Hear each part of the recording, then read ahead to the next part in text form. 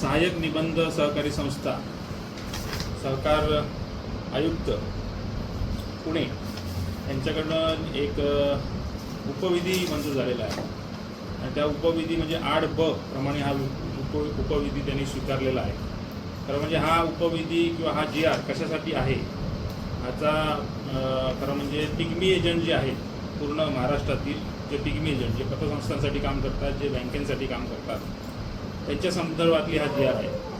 आणि ज्या पिग्मी एजंटांना फक्त 2.5% कमिशन द्यायचं अशा पद्धतीचा हा GR आहे. आणि त्याच्यावरती जर तुम्ही कमिशन देत असाल तर त्याला कुठच्याही पद्धतीची आम्ही जबाबदार, सरकार म्हणून आम्ही जबाबदार नसू, बँक किंवा संचालक मंडळ त्याला जबाबदार असेल आणि त्यांच्याकडनं ती वसुली करण्यात येईल अशा पद्धतीचा GR, जाचक GR त्या ठिकाणी सरकारच्या वतीने काढलेला आहे. सहकार आयुक्त दीपक तावडे पुणे यांच्याकडनं हा GR काढण्यात आलेला आहे आणि तो खाली डिस्ट्रीब्यूट करण्यात आलेला आहे. आणि प्रत्येक आयुक्त, प्रत्येक तालुक्याच्या आयुक्तांनी तो पतसंस्थेमध्ये, बँकेमध्ये पाठवलेला आहे. खरं म्हणजे पिग्मी एजंट आणि बँक यांचं एक मध्यस्थी म्हणजे एक दुवा म्हणून बँकेचा एक पिग्मी एजंट काम करतात. आणि हे पिग्मी एजंट काम करत असताना लोकांशी त्यांची नाळ जोडलेली असते. व्याजदार जे कर्ज घेतात त्यांच्याशी नाळ जोडलेली असते, प्लस जे व्यापारी असतात त्यांच्याशी नाळ जोडलेली असते. त्यामुळे ह्या पिग्मी एजंटांचं जवळजवळ कमिशन जे आहे ते बँकेकडनं देण्यात येणारं कमिशन जवळजवळ 3-3.5%, कोण 4% अशा पद्धतीने देतात आणि ते त्यांना परवडतं. आणि जर 2.5% कमिशन जर एखाद्याला मिळालं एका पिग्मी एजंटला तर ते कशा पद्धतीने असेल, म्हणजे समजा जर त्याने 1,000 रुपये दिवसाला गोळा केले तर त्याला 25 रुपये मिळतात अशा पद्धतीने त्यांचं कमिशन असतं. म्हणजे जर 5,000 गोळा केले तर किती रुपये मिळाले, 125 रुपये मिळाले अशा पद्धतीचं त्यांचं कमिशन असतं. हातावरचं पोट असणारा हा पिग्मी एजंट आहे.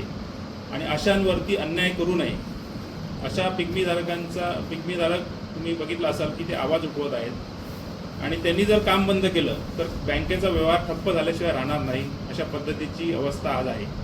त्यामुळे पिग्मी एजंटांबद्दल आम्हाला सुद्धा सगळ्यांना सहानुभूती आहे आणि त्यांचं जोपर्यंत कमिशन वाढवलं जात नाही तोपर्यंत आम्ही त्यांच्याबरोबर आहोत. पिग्मी एजंट हा एक वेगळा दुवा म्हटला जातो बँकेच्या अर्थव्यवस्थेचा.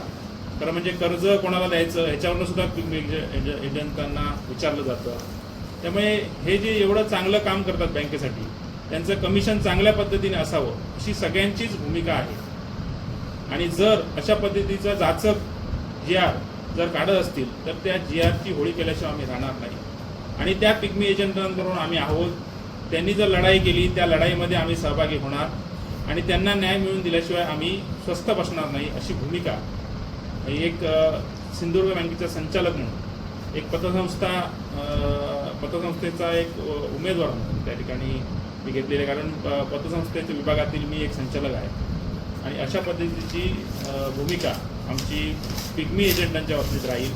त्यामुळे ज्यांच्यामुळे बँकेचा आर्थिक कणा सक्षम झालेला आहे अशा पिग्मी एजंटांवरती अन्याय होता कामा नये अशी भूमिका आमची आहे.